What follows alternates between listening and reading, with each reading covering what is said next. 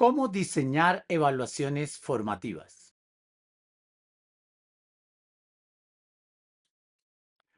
Hola, les habla Pablo Romero Ibáñez. A solicitud de mis colegas pedagogos, voy a explicar cómo diseñar una prueba escrita formativa desde la A hasta la Z con todos sus juguetes.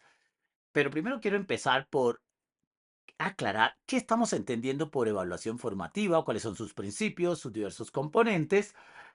Y también plantearé un paralelo entre evaluación formativa y evaluación sumativa sin ser excluyente. De inmediato explicaré cómo podemos diseñar, ¿verdad? Una verdadera prueba escrita formativa que active la comprensión autónoma y el desarrollo de procesos de pensamiento. ¿Qué estamos entendiendo por evaluación formativa? Pues a ver, es un proceso sistemático y continuo que busca obtener información relevante durante el proceso de enseñanza-aprendizaje con el fin de retroalimentar tanto al estudiante como al docente y de este modo pues mejorar el aprendizaje y la enseñanza. Así lo expone Black y William y otros autores. Pero existen otras formas de comprender qué entendemos por evaluación formativa. Después de 39 años de pensar el concepto de evaluación formativa, investigarlo e innovar en este asunto, he llegado a la conclusión que la evaluación formativa es un proceso permanente, progresivo e innovador de valoración intersubjetiva mediada por dinámicas de interlocución que permiten acceder a una comprensión autónoma, dudando, cuestionando, profundizando, analizando, proponiendo y evolucionando como mejor ser humano en un compromiso permanente de conocimiento de parte del estudiante y de retroalimentación incluyente de parte del profesional de la educación. Recordemos que el término de evaluación formativa fue acuñado por Michael Scriven en el año 1967, aunque su conceptualización y desarrollo práctico pues se atribuye principalmente a Benjamin Bloom en la década de los años 70. Él definió la evaluación formativa como aquella que se utiliza para monitorear el aprendizaje de los estudiantes y proporcionar retroalimentación continua, permitiendo ajustes en la instrucción y en las estrategias de aprendizaje. Pero, ¿qué caracteriza a la evaluación formativa? Bien, lo primero, la evaluación formativa se caracteriza por contener un proceso permanente. ¿Qué quiere decir? Que desde la comprensión actual de la evaluación ya no se entiende como un ente o fenómeno aislado, sino como algo que inicia, continúa y se cierra hasta el final de toda nuestra interacción académica y socioemocional con nuestros estudiantes. A eso se refiere proceso permanente. Todos los días estamos evaluando y a la vez estamos experimentándola desde una experiencia progresiva.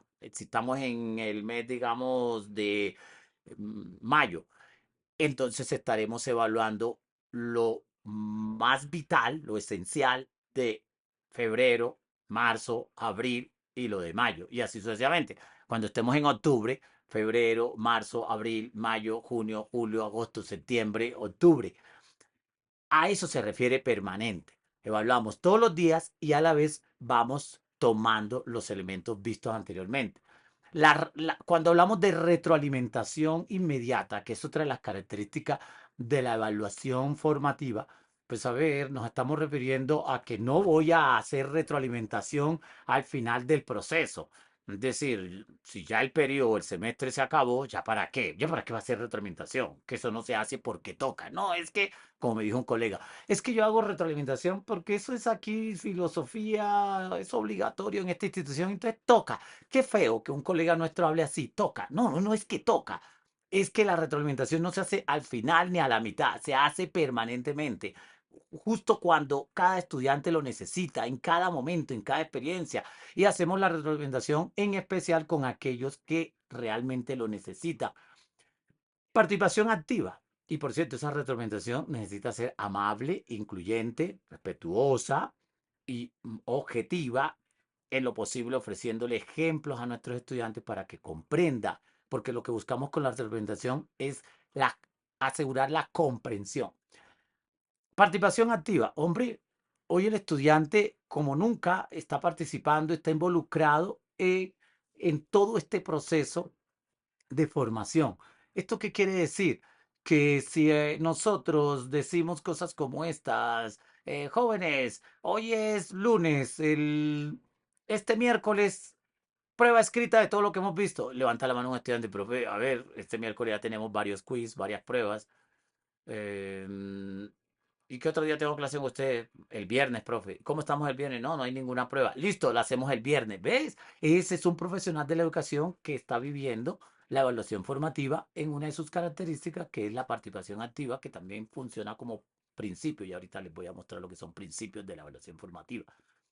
Y la evaluación formativa se caracteriza porque siempre está orientada hacia el aprendizaje, no está centrada en la calificación. Bueno, vivimos en un sistema donde hay que mostrar una calificación, listo, pero no es el punto de llegada a la calificación, sino el aprendizaje autónomo y el desarrollo de procesos de pensamiento. Bueno, un asunto son las características y otro asunto son los principios. Veamos los principios de la evaluación formativa. ¿A qué nos referimos con los principios? Bueno, tenemos un proceso de evaluación formativa se caracteriza por ser objetiva, es decir, nada de sesgos personales, nada de rosca, nada de que me cae bien un estudiante y eso influye en la calificación generosa que le doy, o que me cae mal un estudiante y eso influye en la forma en que lo califico de manera subjetiva e injusta. No, nada de eso. Todo proceso de evaluación necesita ser objetivo, pero necesita ser, para que sea formativa, necesita ser transparente. Es decir, nuestros estudiantes necesitan conocer con suficiente tiempo cuáles son los criterios con los que van a ser evaluados. Nuestros procesos de evaluación necesitan ser incluyentes, ¿sí? Es decir, incluyente quiere decir que considera las necesidades, ritmos y estilos de aprendizaje de nuestros estudiantes. Nuestros procesos de evaluación necesitan ser pertinentes, es decir, que realmente se evalúa lo que hemos enseñado. Debe tener validez, es decir, se evalúa lo que en esencia se debe evaluar. Fiabilidad es un sexto principio. Y séptimo, retroalimentación. Esos son los 7 principios de todo proceso de evaluación formativa. Listo, llegó el momento de compartirles un paralelo entre evaluación formativa y evaluación sumativa. ¿Listo? Recordemos que la evaluación sumativa es un proceso sistemático que se realiza al final de un proceso de aprendizaje o de un ciclo educativo con el objetivo de valorar y certificar el nivel de logro de los estudiantes respecto, ¿verdad?, a los objetivos previamente establecidos. Así que su principal objetivo o su principal fortaleza radica en que proporciona una visión clara y objetiva del rendimiento global, permitiendo tomar decisiones informadas sobre la promoción, acreditación o certificación de nuestros estudiantes. Para este paralelo entre evaluación formativa y evaluación sumativa, voy a tener en cuenta 3 categorías o variables. Aspecto, evaluación formativa, evaluación sumativa. Entonces, en aspectos, voy a tener en cuenta el propósito, momento, retroalimentación, participación del estudiante, instrumentos e impacto. Propósito, la evaluación formativa mejora el aprendizaje y la enseñanza, ahí se centra. En cambio, la evaluación sumativa certifica o acredita el logro de un estudiante.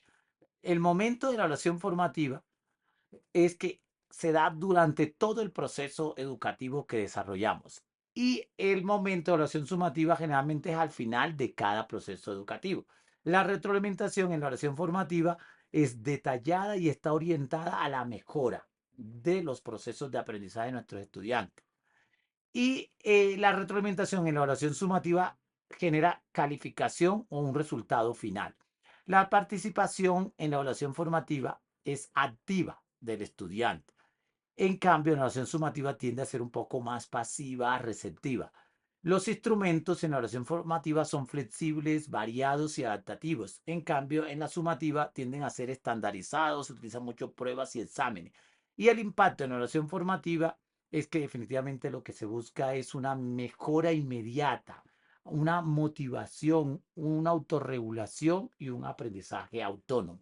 En la evaluación sumativa, el énfasis sigue estando en la promoción, en la certificación, en el impacto de la autoestima. Ambas son necesarias. En la evaluación formativa, también en la evaluación sumativa, existen cuatro pilares esenciales hoy. Comprender, pensar, innovar, aprender a ser mejor persona, desarrollo humano. Listo, lo que les prometí. Ahora ingresemos al fascinante universo del diseño de pruebas escritas formativas. Es lo que a partir de este momento voy a explicar desde la A hasta la Z. Bien, entonces en el diseño de una prueba formativa, es decir, una prueba es una evaluación formativa, voy a tener en cuenta 10 elementos fundamentales. Primero, identificación institucional, ¿verdad? En esa identificación institucional, pues van todos los datos de nuestra institución, naturalmente. Eh, Luego viene el propósito de formación, es decir, el tipo de ser humano que estamos formando durante el año, si es sistema escolar, si es sistema universitario, durante el semestre. Luego es importante ubicar la población objeto. La población objeto, qué tipo de personas, edades, niveles va dirigida a nuestra evaluación. La identificación de contenidos a evaluar. Es importante colocar esos ejes temáticos que vamos a evaluar. De inmediato vienen los indicadores de desempeño. Es importante que los ubiquemos en esos cuatro pilares: comprender, pensar, innovar, ser mejor persona. Empecemos la evaluación con un texto escrito de base que el estudiante siempre hay que ponerlo a leer, lea el texto y a partir de esa lectura, las primeras preguntas es importante que estén basadas en esa lectura. Luego vienen otras preguntas que no tienen por qué estar relacionadas con el texto base que le hemos dado.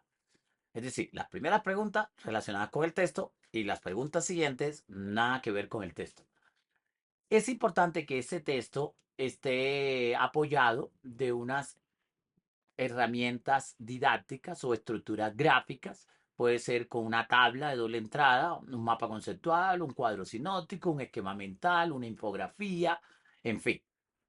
Pero también necesitamos que nuestras evaluaciones de hoy nuestros estudiantes viven en un mundo digital, virtual, tecnológico, interactivo. Nuestros estudiantes de hoy son visuales, audiovisuales, tecnológicos, digitales. Entonces es importante que utilicemos diversas representaciones visuales como imágenes descriptivas, imágenes expresivas, imágenes funcionales, imágenes construccionales, imágenes algorítmicas, imágenes simbólicas, que las podemos utilizar en el diseño de nuestras evaluaciones.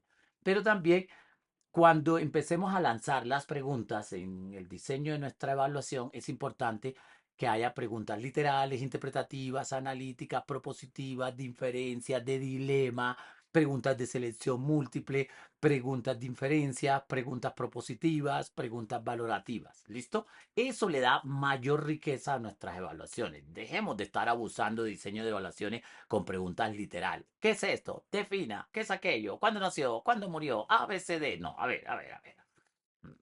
La riqueza que poseamos en herramientas didácticas y tipologías de preguntas, sin duda enriquece enormemente nuestros diseños de evaluación. Y nuestras evaluaciones es importante que tenga una rúbrica de evaluación, que el estudiante sepa muy bien qué es lo que les estamos evaluando en nuestro diseño de evaluación. Tipos de preguntas, como las que mencioné hace un momento. ¿Sí ve? Preguntas literales, interpretativas, analíticas, hipotéticas, de dilemas, metacognitivas, de selección múltiples, valorativas. Son los diferentes tipos de preguntas que podemos plantear en una evaluación. Recuerden, las literales son las que se ciñen a información objetiva, sin opinión, sin expresiones, sin sentimiento. Las interpretativas buscan que el estudiante se vea comprometido a leer entre líneas, a descubrir lo que está oculto en un texto. Por eso cuando leemos un texto a nuestros estudiantes de apoyo es importante plantear preguntas interpretativas a ver si son capaces de leer entre líneas, a ver si son capaces de correr el velo. En cambio, las analíticas permiten que nuestros estudiantes comparen, contrasten, comprendan la complejidad de la información que yace en un texto y puedan plantearse preguntas y puedan incluso ahondar dentro del texto descubriendo información implícita, la cual puedan cuestionar o debatir.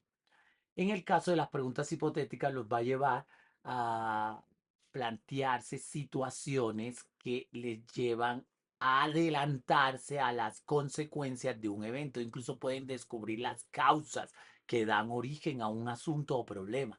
Las preguntas de dilema los llevan justamente a plantearse dos o más situaciones de las cuales pueden dar respuestas y ambas son válidas, pero también ambas son cuestionables y cualquier respuesta que decidan dar a partir de una pregunta de dilema tiene sus consecuencias y es importante sustentarlas. Las preguntas metacognitivas permiten que nuestros estudiantes expliquen el paso a paso de cómo lograron llegar a una solución o cómo lograron dar información veraz sobre algo. Hay estudiantes que a veces te dicen la respuesta correcta y cuando tú les pides que sustenten esa respuesta, no son capaces. La metacondición les obliga, les compromete a dar cuenta de cada palabra que dice. Las preguntas de selección es importante que sean muy ricas, de única respuesta, de múltiple respuesta, también mejor respuesta, en fin. Y las preguntas valorativas permiten que el estudiante finalice su evaluación dando un punto de vista de cómo se sintió en la evaluación y de, según él, cómo podría mejorar estos diseños de evaluación. Bueno, además de todos estos tipos de preguntas que he planteado, también hay puntos de partida en la pregunta. Aquí hago un paréntesis. En uno de mis últimos libros, que se llama El arte de preguntar, allí expongo y explico en detalle las 50 categorías de preguntas que se pueden utilizar en el diseño de evaluaciones, ¿verdad? Bueno, son 55 categorías y 50 puntos de partida en la redacción de una pregunta. Esta obra se llama El arte de preguntar. Bien, algunos puntos de partida que podemos utilizar: el qué, el cómo, el cuál, el cuáles. Recuerden que el qué permite obtener datos concretos y precisos acerca de cualquier asunto. En cambio, el cómo ayuda a comprender los pasos o procesos involucrados en una acción. El cual sirve para obtener una selección precisa o una identificación concreta. Aquí en esta diapositiva le estoy dando ejemplos de cómo utilizar el qué, el cómo, el cuál. O el cual les permite obtener una selección o identificación de varias opciones. Existen, acuérdense lo que les dije, por lo menos 50 puntos de partida. Aquí solo les estoy dando un aperitivo. Podemos utilizar el por qué para comprender los motivos o fundamentos detrás de una situación, o podemos utilizar el para qué para permitir comprender los objetivos o metas que se persiguen, o podemos utilizar el cuándo para ayudar a establecer una referencia temporal precisa, o podemos utilizar el cuánto para obtener datos numéricos o cuantitativos. Pero también podemos utilizar el dónde para establecer la referencia espacial precisa, dónde se encuentra la biblioteca de X cosa, o el quién, que permite identificar a alguien en particular, o el quiénes, que es el mismo quién, pero en plural, para identificar a varias personas en particular. Bueno, en el diseño de una prueba escrita, además de todas las tipologías de preguntas que ya les he compartido, también es importante incluir algunas de selección múltiple. Entonces, ¿cómo podemos redactar preguntas de selección múltiple? A ver, tengamos en cuenta la claridad en el enunciado. Es decir, la pregunta necesita ser clara y directa, pero también tengamos en clara opciones plausibles. ¿Cómo así? Pues que todas las opciones necesitan ser posibles respuestas al enunciado. Pero también es importante que tengamos en cuenta la homogeneidad. ¿Cómo así? Pues que las opciones que demos deben ser similares en longitud y estructura. No es que unas opciones tienen medio renglón y las otras tienen tres, otras tienen seis renglones. ¿Qué es eso? A ver, eso hay que evitarlo. Evitar pistas, es decir, no dar indicios de la respuesta correcta en la formulación. Entonces, no diseñemos evaluaciones. Independencia, o sea, cada opción debe ser independiente de las demás. Relevancia es otro elemento a tener en cuenta, es decir, las opciones necesitan estar relacionadas con el tema de la pregunta. Existen numerosos tipos de selección múltiples. Entonces está la pregunta de única respuesta correcta, como el ejemplo que les estoy mostrando. ¿Cuál es el símbolo químico del oro? ¿Verdad? O existen múltiples respuestas correctas. Ejemplo, seleccione todos los planetas del sistema solar, que Tierra, Luna, Marte, Júpiter, Sol. ¿Veis? Múltiples respuestas correctas.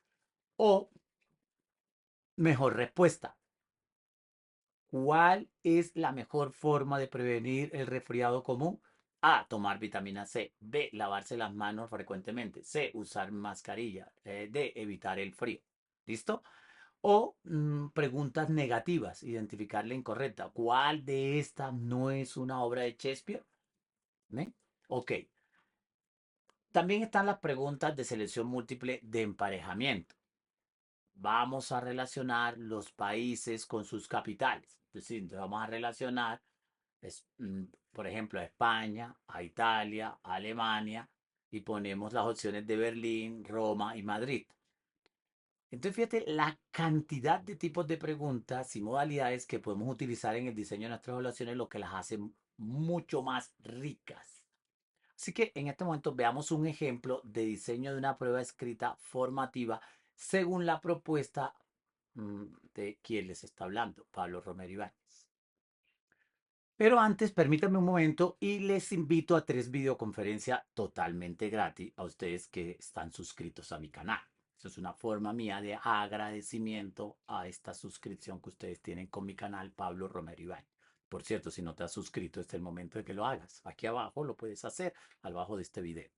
Bien, primera videoconferencia, estrategias y herramientas, ¿verdad? Para la comprensión autónoma y el desarrollo de pensamiento. Eso va a ser el miércoles 14 de mayo a las 6 de la tarde. La segunda videoconferencia, cómo diseñar talleres didácticos de aprendizaje autónomo y desarrollo del pensamiento. Eso va a ser el miércoles 28 de mayo. Y cómo desarrollar el pensamiento creativo aplicando métodos, técnicas y estrategias efectivas. Eso va a ser el miércoles 18 de junio a las 6 de la tarde. Estas fechas son sagradas, no se cambia. Lo único que tienes que hacer para asistir de manera gratuita a estas 3 videoconferencias es escanear el código QR que te estoy colocando aquí en la pantalla. De todos modos, aquí debajo de este video voy a colocar el link para que también puedas ingresar fácilmente a la inscripción.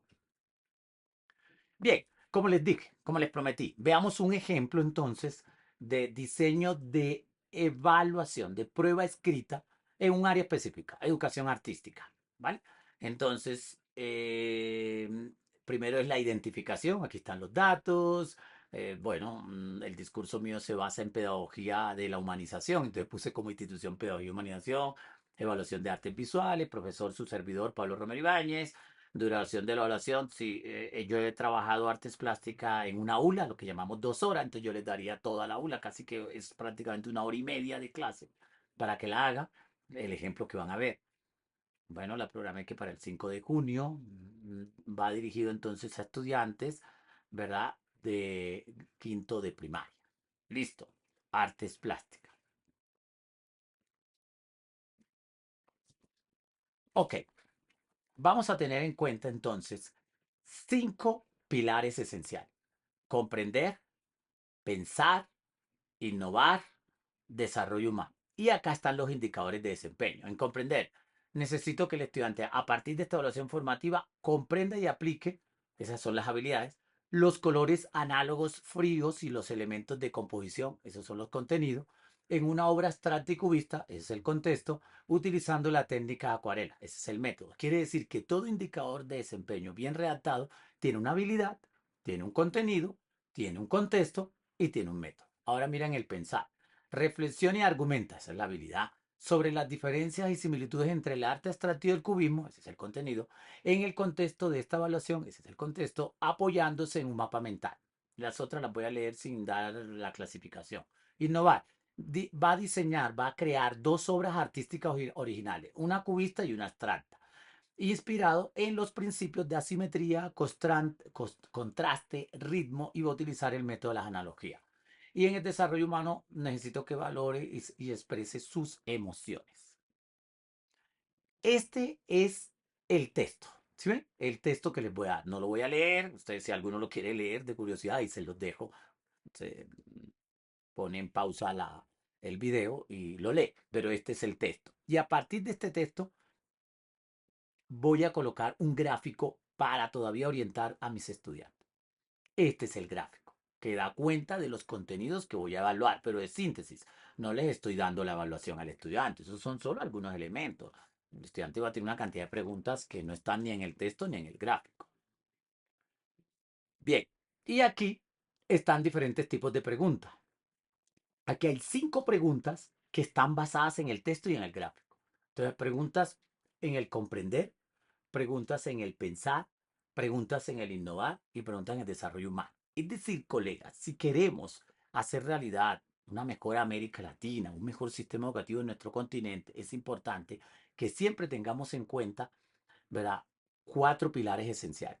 Comprender, pensar, innovar, ser mejor persona, o sea, desarrollo humano. Esos 4 pilares jamás deben faltar en nuestros procesos de formación. Fíjate, por ejemplo, en la pregunta del comprender, para que vean ustedes que estos pilares no son carreta ni solo son discursos teóricos que se quedan en un papel o en unas palabras o en una disertación en un congreso. No, se llevan al aula de clase, que es una de las quejas que me ponen, ah, profesor Pablo, doctor Pablo, se exponen muchas cosas bonitas en los congresos, pero nada de aplicarlo en el aula de clase. Estoy dando ejemplos de cómo lo que acabo de exponer se puede llevar al aula de clase a través del diseño de evaluaciones que liberen el pensamiento de nuestros estudiantes, que lo formen de manera autónoma, es decir, que sean capaces de leer, comprender por sí mismos.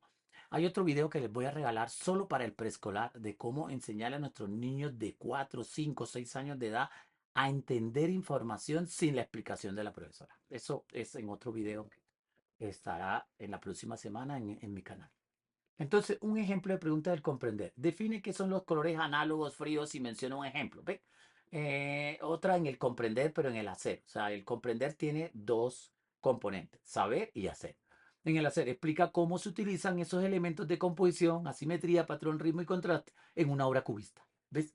3. Pensar, pregunta analítica.